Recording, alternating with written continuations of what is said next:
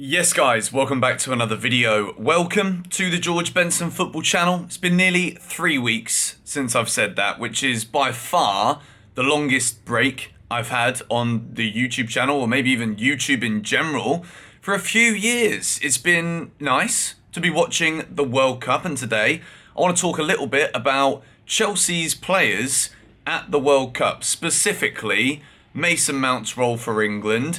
Is there something that we're seeing in this England team right now which just screams to Chelsea Football Club, checkbook, sign at any cost? I think this World Cup, specifically the England team, is teaching me a lot, and I'm sure a lot of you guys would agree as well. Declan Rice, Jude Bellingham, two of England's standout performers. Bellingham will get the plaudits because he's contributing the goals, but the work that Declan Rice is putting in for England is absolutely showing why. He is a must purchase for Chelsea in the middle of the park. But I want to talk a little bit about that later, because there is a lot of discussion at the moment. West Ham reportedly willing to let Declan Rice go next summer for around 70 million, which is significantly less than we were initially led to believe it was going to cost. Jude Bellingham, apparently Bowley's willing to spend between 85 and 130 million euros. That narrows it down a little bit, doesn't it? Like, there's a big difference there. We're going to talk about this a little bit later on, but Chelsea players at this World Cup, we've done very well. There have been big contributions from big players.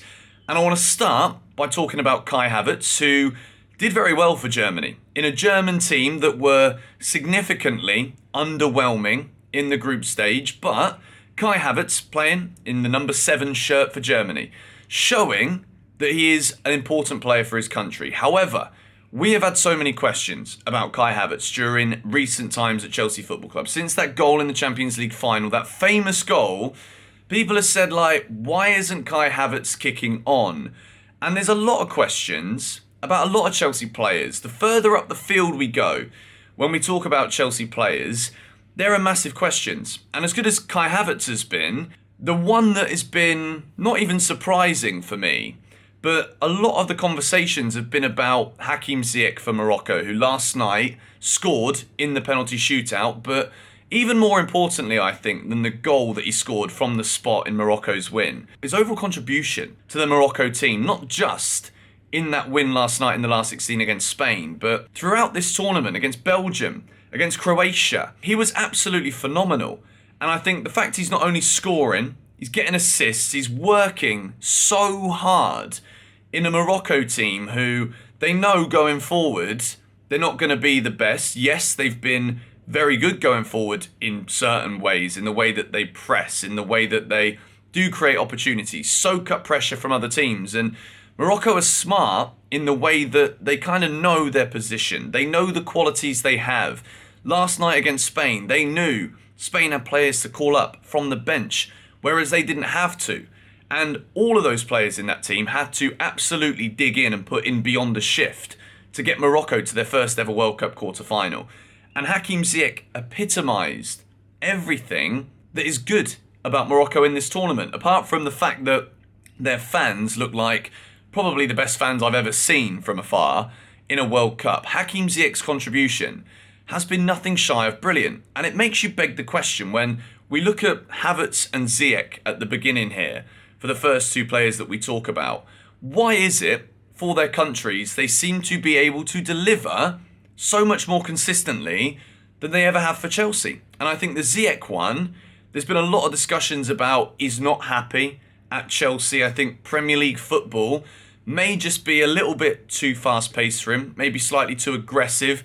And I think the one thing I've always said about Ziyech is there is undoubted ability, and that has been showcased throughout his time at Ajax.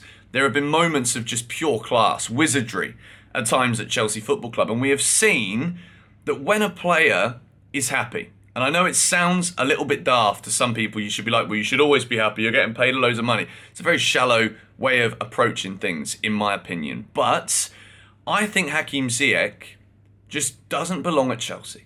And that is me saying that as rationally as I possibly can. Not from, I don't think he's good enough, but I just think the way that we play and the way that he's going to be in and out of the team is not the way to utilise this kind of player. At Ajax, he was massively important. And I think the fact that in the Morocco team, he's obviously the star man, is what he needs. And at Chelsea, he's not going to get that because the competition from the likes of Kai Havertz, Mason Mount, who we're about to talk about now. But before we talk about Mason Mount, I want to point you guys in the direction of the recent episode of Last Fan Standing, where all of the guys were talking about Phil Foden and just how important Phil Foden is for England. I do think Phil Foden's an incredibly talented player. And for me, he has to start in the England team. Hearing Gareth Southgate come out the other day and say, oh, he doesn't play through the middle for his club. Mate, Harry Maguire doesn't play for Manchester United. He isn't the team.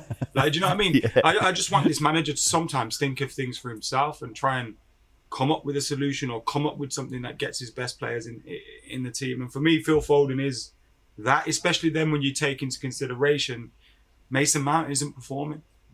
Like, I'm not Mason Mount's biggest fan, but there are times where he has performed and you think, you know what, he's got his spot on merit. So, of course, be sure to go and check the link in the description down below. Go and give the Bet Victor channel a subscription and let them know in the comments if you believe Mason Mount still belongs in the starting 11 of this England team. And now, as a Chelsea fan, I was delighted in the opening game to see Mason Mount start. And I think even though I'm a massive Mount fan, you guys know this, and I think that a lot of people during this World Cup have used the massive contribution that we've seen from Phil Foden in the last couple of matches, and the way that Mount has lost his place, and the way that Foden has lit things up for England. I think a lot of people are using this to discredit Mason Mount for unnecessary reasoning. Gareth Southgate sees what so many football fans see in the industry of what Mason Mount brings to a team with, I know it's a word that's kind of gone full circle now, where people love to talk about work rate as a positive attribute to a player, which of course it is. But then it kind of became cool to say, well, work rate is just an excuse for someone who's not delivering, but someone you really like. I disagree with all of this. I think what Mason Mount brings to the football field is an all-round game that maybe right now in this England team, Gareth Southgate has seen that the industry needs to potentially come from deeper. And then you allow the free reign of the likes of Bukayo Saka, Phil Foden, who is more naturally for City seen deployed in further wider areas, which we're seeing right now. Marcus Rashford also doing that job. Harry Kane dropping deeper for England to be able to involve the likes of Saka in more advanced areas, Foden, Rashford in more advanced areas. I think it's working well. And you also see the likes of Jack Grealish also coming off the bench and doing this for England. Conor Gallagher is also in there, but I think we knew with Conor it was one of the more surprising call-ups during the World Cup. And I don't think Conor will have even expected to be given any kind of major or like minor role in the England team. He's a squad player. He's like Conor Cody. Decent defender. Do we need him? Not unless someone gets injured. So I think for Conor, it's good experience at such a young age to be involved with this England team. And I think for Mount, it's nothing against him as a footballer, but Phil Foden has just been on a different level. And I think with that balance that we're seeing now with this England team, with the pace of the counter, with the way that Kane's dropping deeper, Declan Rice, I want to move on to Rice and Bellingham, because I think Jude Bellingham gets the plaudits because he's 19 years of age. Every single club in the world is going to want to sign Jude Bellingham after this World Cup. And Chelsea, I think, if there is any kind of ideal world where we're seeing the rumours at the moment, Chelsea want to go out and buy young, talented midfielders for the future. We want to open the wallet with the whole idea of financial fair play in the back of our minds. But is there anyone that disagrees with this? Jude Bellingham and Declan Rice, if Chelsea can sign both of these players, Chelsea is set for the next 10 years at the top of the European game. Because even if you buy them and then a Real Madrid come knocking on the door for a Bellingham, Chelsea could be still making money on a player like this because he's world class already.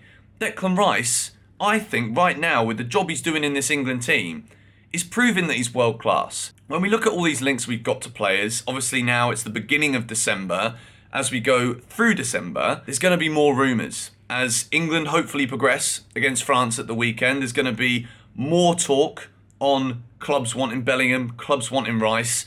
I don't know if there's a world where Chelsea can sign both of these players. Maybe we're already behind too many teams to sign either of them. Liverpool are massively in the race for Bellingham. I don't think it is a coincidence that we see Bellingham posting photos with Henderson, Trent Alexander-Arnold. We're seeing these little cliques within the England squad starting to form. We needed Reece James in there just to have that extra Chelsea presence. Raheem Sterling, let's talk about him for a moment. The unfortunate events of the robbery in his family home back in London. He started the first game for England, scored, looked very good, but obviously these things sometimes do happen, and we wish all the best to Raheem and his family. Kalidou Koulibaly, I thought was brilliant for Senegal. I think he led by example. And the rest, Azpilicueta's doing a good job for Spain, but he's now out of the tournament as well. Those are the main ones, and I think Chelsea have been very well represented in this World Cup, and I think the England boys, Gallagher, great experience for him to be there. Mason Mount, I think, unfortunate that Foden has just been absolutely magnificent since he came into the fold. The game against the US was a big one, and I think Southgate's been very bold, and I think England, as an England fan, are now enjoying the fruits of what we are seeing Gareth Southgate defy all of those people that are saying he might not quite be the right man for the job, but we will see if he's the right man for the job come Saturday's game against France. I'm absolutely buzzing for this. I'm trying now to get back into the regular process of posting again, been enjoying the World Cup with all of the different games going on. There's been little bits of Chelsea news fluttering around here and there, but I think everyone's attention after such a poor end to the first half of the season before the World Cup, I think Chelsea were in such a negative headspace as a fan base. I thought, why not just take a bit of time to enjoy what comes around once every 4 years? But it's December. I'm back. We have got less than 3 weeks now until Chelsea return, or it is 3 weeks today, or just 3 weeks yesterday. I think it would be 20 days till Chelsea are back. But anyway, if you did enjoy this video, be sure to hit the like button. Be sure to go and check out the Beck Victor channel and the last episode of The Last Man Standing in the description down below. Come on, you Blues.